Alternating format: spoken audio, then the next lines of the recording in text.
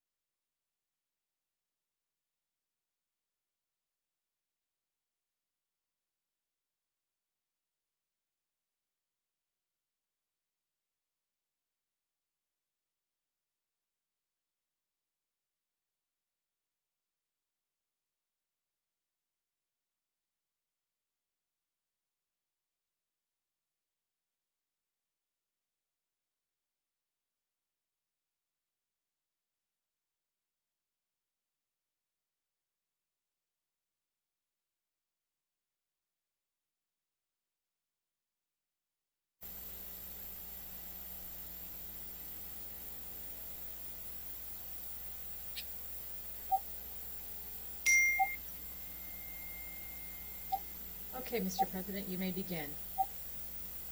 Thank you. Well, good afternoon, everyone, and thank you for being with us. I'm Sidney Katz. Omar, could I ask you to put yourself on mute? There we go, please. Thanks. I'm Sidney Katz, President of the Montgomery County Council and the council member for the 3rd District. We're delighted that you are joining us once again on our Zoom this is our 9th business briefing. The purpose of these briefings are to help local businesses, nonprofits, and arts organizations navigate through our new economic reality. And I'm happy today to be joined by Omar Lazo, the owner of Los Churros restaurant in Wheaton, and Trish Checkman, the special events operator for Tusculum Farm in Laytonsville. Our guests will discuss how local businesses are navigating the gradual reopening of the county's economy, which is currently in phase 2. And then we'll take questions from our Zoom audience. Please send your questions to the chat box on the right of your screen. And before we start, I would like to once again thank Susan Kennedy, who has done a marvelous job of moderating all of our briefings. And I know that she will do another great job today. Susan, please let us begin. Thank you very much, Mr. President. As we said before we began, this has been super interesting for both of us as we've learned so many incredible things about how resilient our businesses here in Montgomery County have been through this crisis. And I think we're going to hear some more today from the 2 guests that we have. I'm going to go ahead and start with Omar and ask him to tell us a little bit about his business and what he does down there in Wheaton. Thank you, Susan, and thank you, Sidney, for having me here today. My restaurant, I'm an owner here at Los Churros Restaurant in Wheaton, Maryland. We've been here for 30 years. One of the first Latino or definitely Salvadoran restaurants here in Montgomery County. Back when we started, my folks started. So my parents were immigrants from El Salvador back in the 70s, in the early 70s. So they've lived here most of their more of their life here. But my mom grew up in D.C. We have an aunt that owns El Tamarindo, which is a restaurant that's in Annis, Morgan. It's been there since 1982. So my mom grew up working there, eventually saved up money and we opened, our restaurant here in Wheaton, Maryland, and we have been here ever since. So it was just a mom and pop restaurant serving the community. There was a big Latino community that didn't have, some of the food from back home, and that's what we offered. And obviously, we started with the Tex-Mex, Mexican food that was more known in the U.S. Culture. So we added Salvadoran, and now almost everybody knows what a pupusa is, here in Montgomery County. So maybe 30 years ago, nobody knew what that was, but now they do. So I graduated University of Maryland, worked with DOJ for a while, but always continued to work here at the restaurant. And I took over, I don't even know how long ago now. So I've been, running the restaurant and trying to innovate and keep the restaurant relevant. And that's something that's really tough after 30 years. But thankfully, the community has been thankful, and we definitely keep trying to keep our level of quality up. So we've had pretty good success here in Montgomery County. Wonderful. We're looking forward to hearing more from you in the next half hour. Trish, tell us about Tusculum Farms. Again, thank you, Susan and Sidney Katz, for inviting me to be on this program today. Tusculum Farm is a 500-acre working farm in Laytonsville, Maryland. We do 300 acres of corn, hay, and soy. About another 100 acres we do for animals and people, we say. We have horses, lambs, chickens, alpacas, and we raise bees for our own honey. And then we have a bed and breakfast component. That's 12 rooms within 3 buildings. And we have a great amount of event space, outdoor event space. We also have an indoor event space, which we call the hay barn. The full operation of this B&B and event venue started in April of 2019 was when we got everything open. We started in 2018 going through some renovation work and getting the bed and breakfast up and running.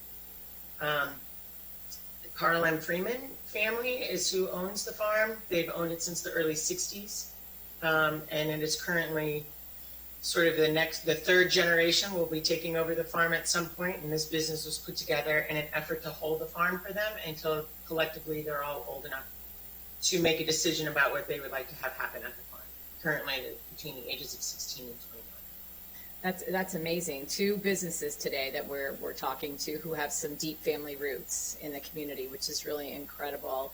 Trish, I'll start with you. You are a relatively new business and an event venue. Talk about how you've been able to pivot during this time to continue to host events. I know we're in phase 2 now. Has that allowed you to sort of open up a little bit more? So we definitely have pivoted like most businesses. We were fairly new, so pivoting was easy, right? We didn't have a lot of baggage to bring to the table. From the B&B side, we have 3 buildings that make up the 12 rooms. So one way that we are having that business thrive right now is we only rent 1 building at a time. So we don't have unrelated groups on the farm at the same time. You could have up to 20 people here at the farm if you felt comfortable, like if your family was 20 or you were in a, social distancing with or putting together your group. But if not, and you only had 8 or 6 or 4, you would rent one of the other buildings, but you would be the only group here. So you don't have to worry about some of the things if we were like a hotel or a small inn where there'd be constant worrying about who else was there at the farm with you. So that's one way that we've worked around COVID. We moved all of our 21 weddings to, all of our 20 weddings to 21. We are doing small elopements and what we call micro weddings, typically groups that are under 12 people. These ceremonies are happening outside. We have a great screen porch where dinners are happening so people can feel very comfortable and sort of in that outdoor space and be able to be social distanced at the screen porch. We have done very few board meetings. We're starting to get some calls in the meeting department just because our event barn could hold up to 10 people in the current rules of 1 person per 200 square feet inside. And lots of people don't have conference rooms that are big enough to be able to do that for their small meetings. So we have started to just recently dip our toe into that business. So like everybody, it's not ideal, but we're trying to figure out how to navigate the current situation.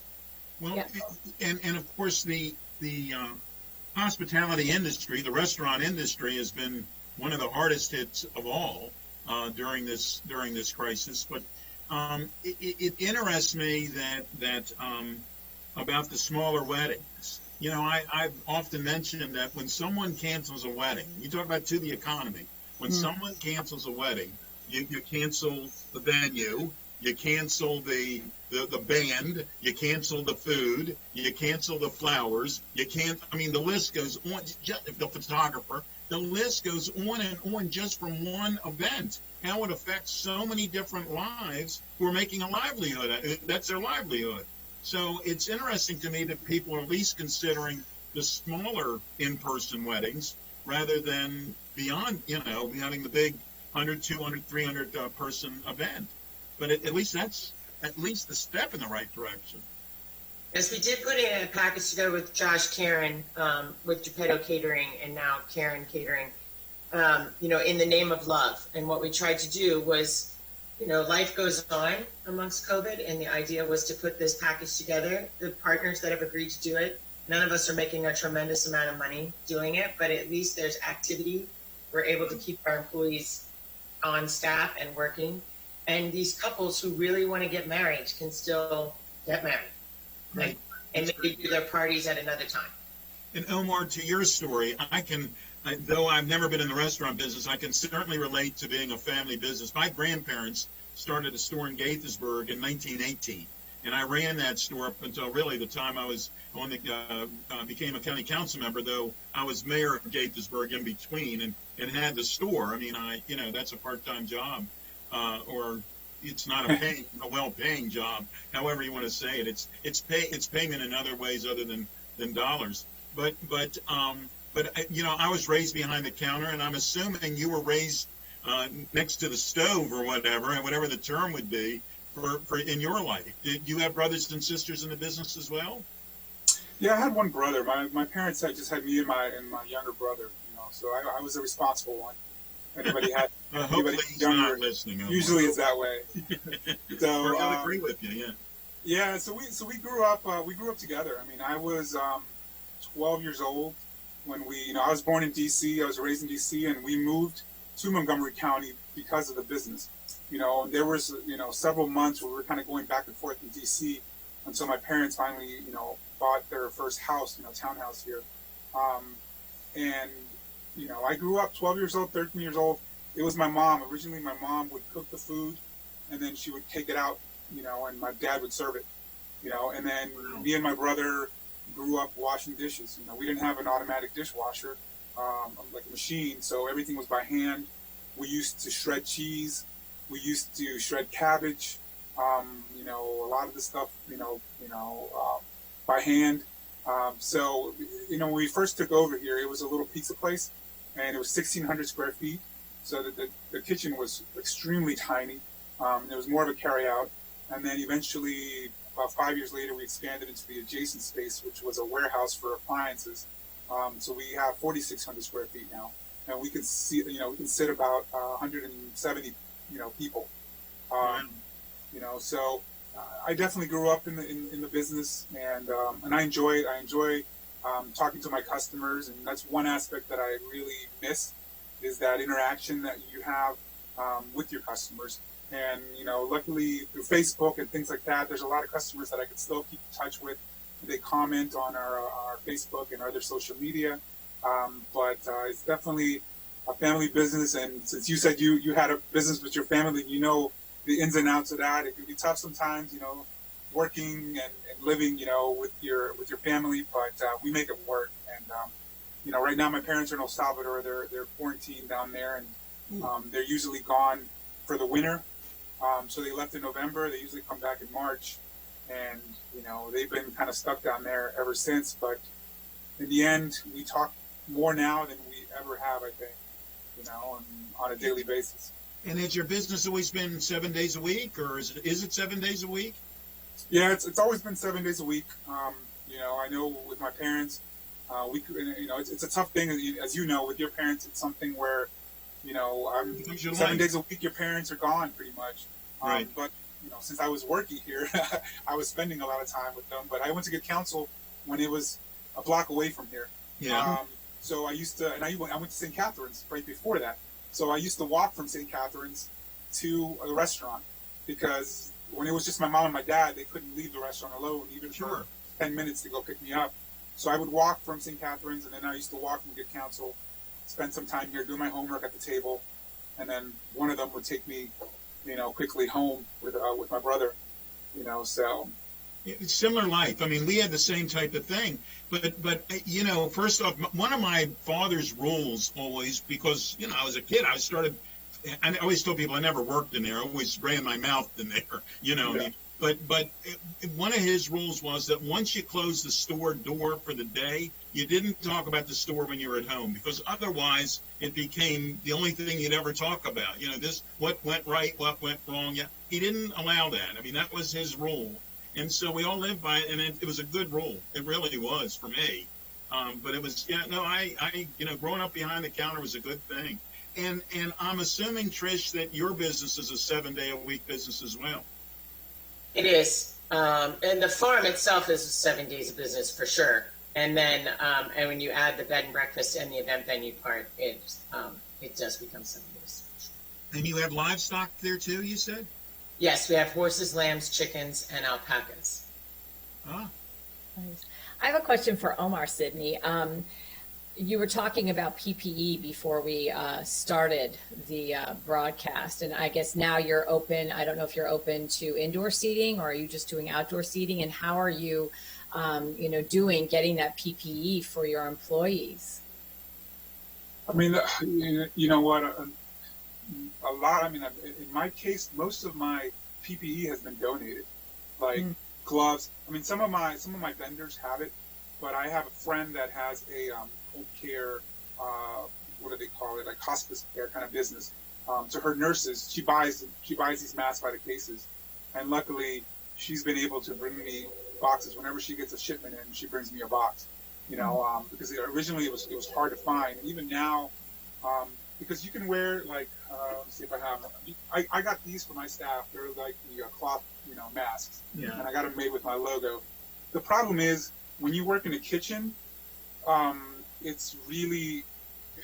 gets really hot, and when you're in front of a grill, these things don't work. So I have to keep buying the paper masks, the 4-ply, I think, or 3 or 4-ply masks, and that's really, what I've been working with. But right now I'm just trying to find other vendors that can bring me the masks that I've been using. And like I just found somebody that is bringing sanitizer, but the stand is $200. I just got one. I need to buy a couple more, like 2 more. But it's like I can't spend that money all up front. I can't spend $600, and then the gallon is $35 for the sanitizer. And everybody that comes in here, whether they need it or not, they probably just wash their hands. But it just becomes a habit, which is a great habit, and my staff use it also. And my staff, like even with the gloves, they have to wash their hands. So a lot of times they just wear the glove and just wash their hands while they're, with the gloves. So they're just constantly washing their hands. Because otherwise you would have to be, after everything you touch, you would have to remove your gloves and throw them away. It's not like a doctor where you have one patient and then you use it and throw it away. It's like this time it's like somebody gives you cash, because depending, there's some people that still get paid in cash, and that's all they have, because I go to some restaurants where all they take is credit cards, but I know my customers, and I know that you take away the ability to use cash for them, that's all they have, Right. So it's one of those things where every time, they know when they get cash, they have to immediately either go change their gloves or go wash your hands. So it's something that you have to be really conscious, about that. Yeah, that's something I never thought of. Well, obviously the good news is, and Sidney can back me up on this, the council just approved a $14 million special appropriation for Reopen Montgomery that would give businesses like yourself and Tusculum Farm, I think it's a $5,000 allotment to sort of make those adjustments to reopen, because there are expenditures that are associated with that. and of course it is everything, and I don't have to tell either one of you, but everything you touch costs. I don't care what it is. And then and then there's something that you hadn't planned on that costs. So it's just so much. It's just so much to stay in business, but especially to come back into business after this crisis. I mean, I keep thinking, and I closed the store, several years ago now. My brothers and I still own the building, but I keep thinking if I had the store during this crisis, what would I have done? I mean, and I'm somebody that I didn't have to worry about the rent or anything else. But what would I have done? I mean, your vendors still have to be paid. You still have people that are dependent on you. So it's just so tough. But I did want to mention, Omar, especially that I have heard so many times people so very thankful for the food that you have donated and other things as well. But the food that you have donated to make certain that people are at least being able to eat during these horrible times. We sincerely appreciate all your efforts. We really do. And Trish, I'm assuming that you also are going through similar things for the safety of your employees obviously need to wear the masks and do all the things so very necessary. Right, so our employees, and then additionally, we make sure that all of our guests who come to stay at Tusculum have all the PPE that they need in case they didn't bring it with them. So we provide masks and gloves, hand sanitizer, and wipes, the antibacterial wipes and what we call our care package that each person receives when they arrive on site and stay with us overnight. Like Omar, we have I think 4 or 5 sanitation stations. We only have one stand as well, but we have put together these other areas around the farm because we do have the pool and we have the outdoor screen porch. So we have these sanitation stations set up in any place where there's a sink or high traffic.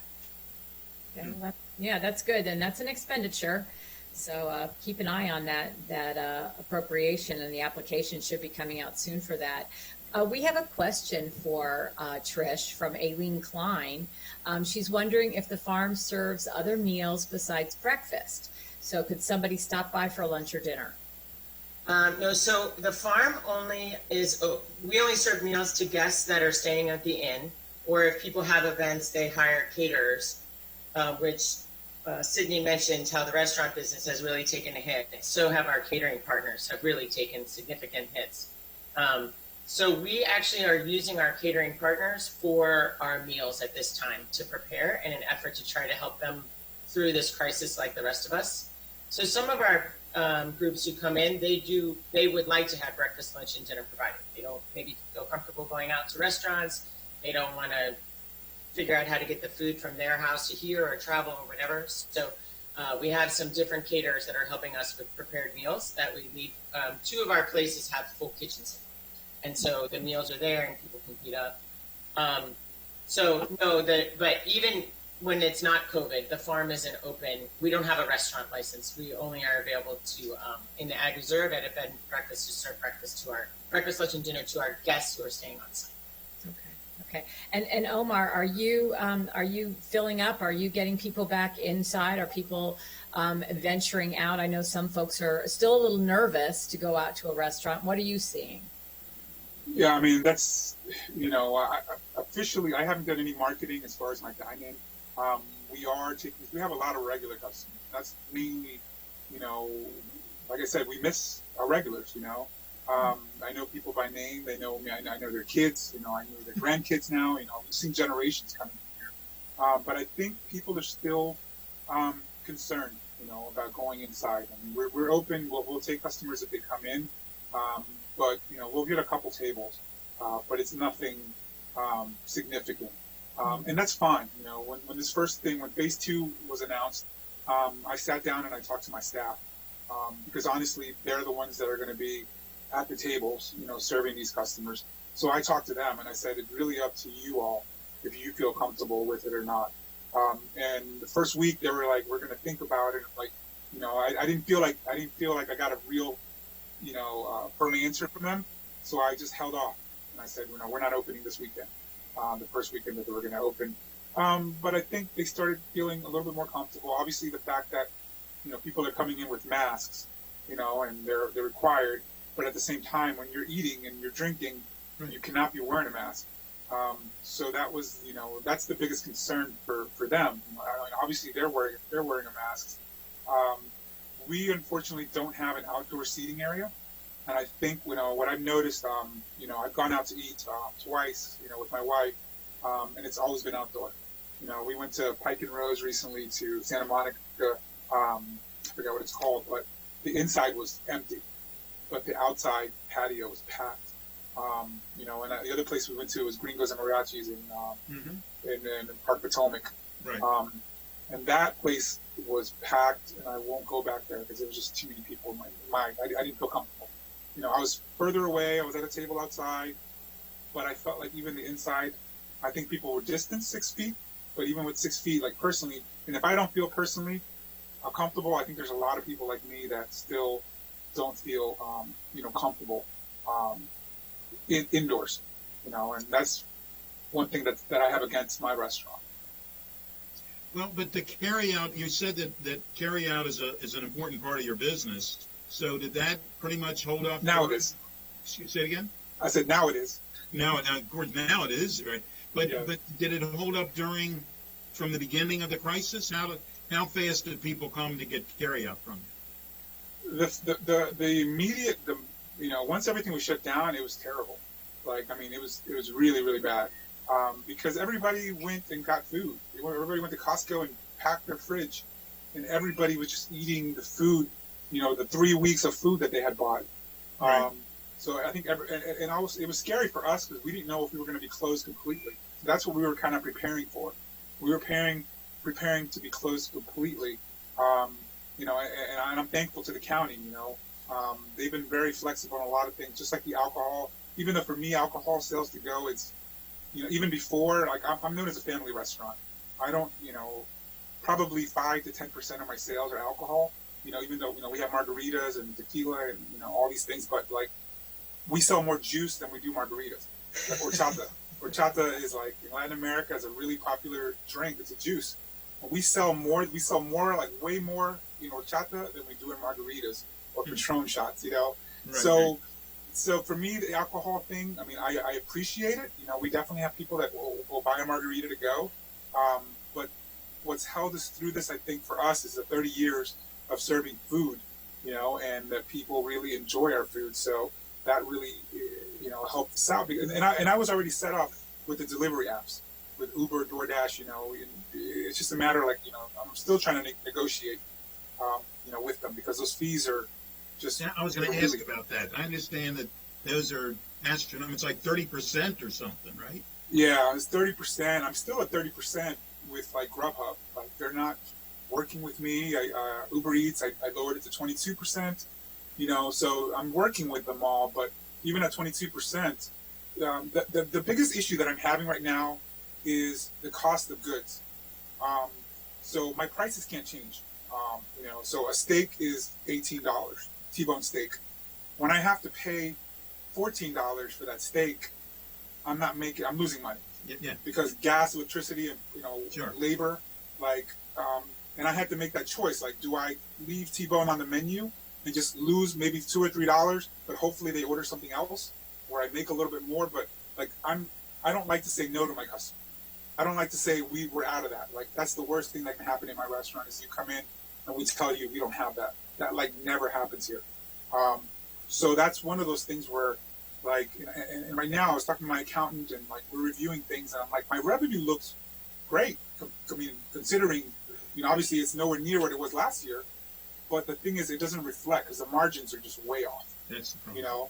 So you look at my books and I'm I had my sales were less this month than the previous month, but still, probably 20 to 30% less than last year, which for right now, for a pandemic, it's Good. okay. Yeah.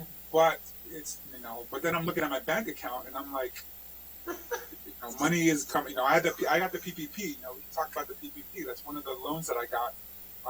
And if it wasn't for the PPP, that's the only thing I've received right now, and that's the only thing that has really kept me afloat. So I'm hoping it gets forgiven, because if it doesn't, I don't know if I'm going to survive. You're in trouble. I don't know if I could make up.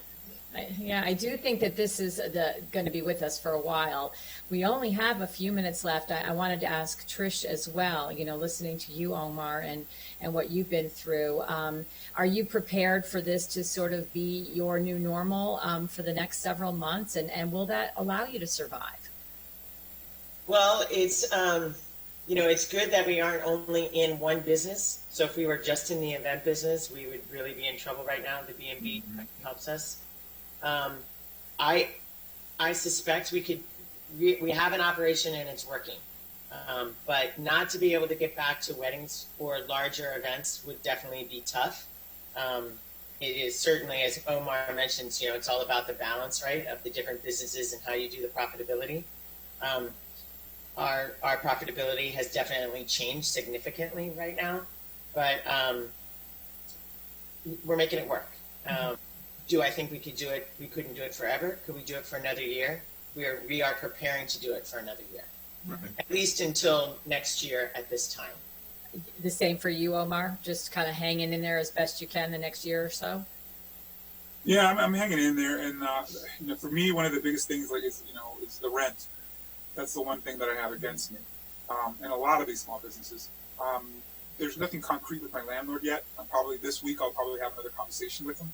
We're kind of been playing it by ear. I've been trying to send him a little bit when I can, but it gets to the point where right now I'm just analyzing my PPP. I got the PPP. How many months will that hold me through? If I have to start paying full rent, it's not going to be doable. I don't think for me. Because I have 4,600 square feet. Even if I could do 50% capacity, which I'm allowed to right now, I told my staff, if you don't feel comfortable at 50% capacity, cut it off. I told my manager, if we get our Saturday night and all of a sudden, I think 50% for us is like 70, 75, 80 people, about 80 people. I told my staff, do you feel comfortable with 80 people in the restaurant? And a lot of them I don't know until we see it, but that's one of the things. I'm paying for 4,600 square feet right now, and I'm really only using 1,600 square feet. My kitchen and my front of house, and my small dining room. So I think that's going to be the major factor for a lot of businesses is whether the landlords are willing to work with them or not. Yeah. I got a flex. I have a landlord that's always been flexible with us and has always helped us out. But I don't know, his situation, and I understand. Just because you're a landlord doesn't mean you don't have debts, Of course. as well. Well, we certainly hope you stick around, and we appreciate you taking the time to talk to us today. And we're keeping our fingers crossed that this vaccine gets approved as soon as possible, so we can get on with things. Mr. Katz, we are out of time. As I mentioned, this is the fastest half an hour ever. It really is. It's good to meet both of you. To see, I knew Omar from before. Good to see both of you. We appreciate your being with us. We appreciate your discussing what's going on in your industry, and please remember that we're here to help as best we can as well. Small businesses are very important to many people, especially to me. So thank you very much, and thank everyone for listening in today. We appreciate it, and we'll see you, I guess, next week. Again, thank you very much. We'll be back. Omar and Trish, I have a quick message for you. I think we're ending the call in just a minute. Mark Fine said that if you need your Serve Safe and Tips documents renewed, they will do it for free to save you some money. So it's mark.fine@montgomerycountymd.gov. Okay. Thank you very much. Okay. Thank you very much. That's him. All right. Thank you so much. Thank you. Good seeing everybody. Take care. Be Bye-bye. safe. Be safe. And the Friends of Forest Glen. I'm extremely excited about Councilmember Reamer's proposed legislation.